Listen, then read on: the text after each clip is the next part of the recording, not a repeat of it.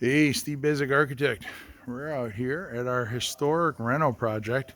You can see the original house back there. We got one addition going on there, and then we have the addition going on here up to the garage addition. But what I wanted to talk about today on the outside was, you look at this and you sit there and say, oh my God, Steve, you couldn't align those roofs, and look at what's happening here. We got roofs going in different directions, different slopes and such. But honestly, that's the kind of stuff that the Historic Commission is looking for out here, because they want you to understand that somewhere in here was the original house, and then there was an addition, and then an addition to the addition, and then possibly a second floor that got added.